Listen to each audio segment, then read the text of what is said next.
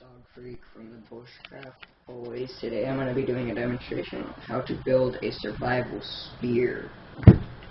There's a couple things you need to be able to do this. You're going to need probably about 3.5 feet of black, whatever color you want, 550 paracord. You can get this at online or just check your retailers before you think you can go into Walmart and buy it, because you cannot find this anymore. You're going to need a knife, of course, a sturdy stick. I don't know what kind of wood this is. We cut this off a tree at the river this morning. You're going to need about 4 to 8 sturdy twigs. And that is all you need. Alright, so we're going to begin. First thing you're going to do is you're going to, well, I didn't necessarily do it this way, but it works. You're going to sharpen the tip before you do anything. Sharpen it so it's a tip, and sharpen or flatten the back out so it sticks in the ground. You're going to stick it, you're going to sharpen it up, you're going to take your knife, and you're going to go, you're going to chop down a little bit, like, I'd say at least, like, I don't know, you're just going to, 4 to 5 inches, I'd say, 4 to 5 inches down. And you're gonna do that both ways, so it looks like a 4, I don't know if you can see that, but there's 4 prongs. And then, they should be sharp, but if you want to, just take your knife and kind of resharpen them, because, you know, they just had a knife run through them, so it flattened out the top. But you sharpen those up, and you take your sturdy little twigs here, and you put one going down between 2, splitting these 2 in half. Okay, and you're going to want to keep that fairly level and flat. You're going to take your other stick and you're going to do the same thing, but you're going to make it look like a cross. You're going to cross that over so it looks like a cross. And then to be on the safe side, you're going to do it again, but going a different way. And you're going to want to push these fairly far down into the stick, because it does separate the prongs.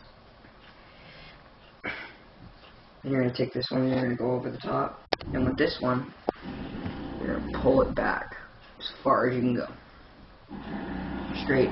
Make sure your prongs are sharp enough, and this is where you're going to need your paracord. Hopefully the paracord's fused, which means you just burn the tips until it's a hard core surface. Okay? I always start out running it through the middle of the separations, going over and under, like that, and then I switch. So I go over and under, and over and under, and I switch back to the under-over tactic. And what that does is it just secures the prongs. And you always want these, I don't know how that got tied into a knot down there, but you're going to always want these secure. And then you switch your tactics, under, over, under, excuse me, and under, over. So and you're going to keep doing that until you get about, I don't know, you're just going to keep doing that until you basically run out of line.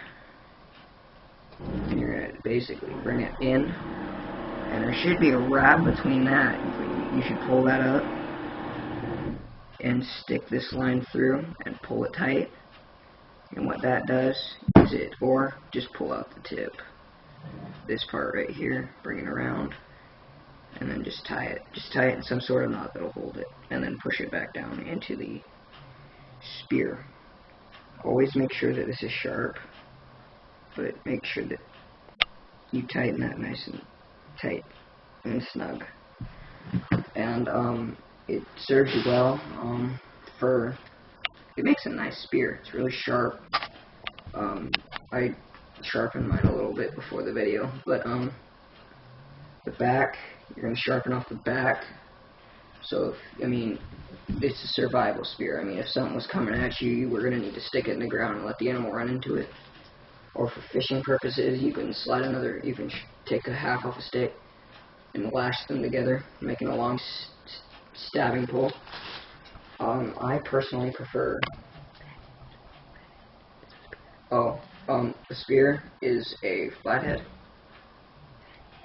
Fat end, fat. Oh, okay. You use on the stick. You want to make sure that it's like a baseball bat. That it starts out thin and it gets bigger and bigger and bigger. Okay, so thin, bigger, wider, wider, wider. You want more of a diameter on the top than you do on the bottom. The top, you need a bigger diameter because you're going to need to do the prongs. And all you do is you just take your knife and you whack it with a stick until it comes down. Whack it with a stick until it comes down. It should, well, you should already pre-sharpen it. But on the back, I'd recommend either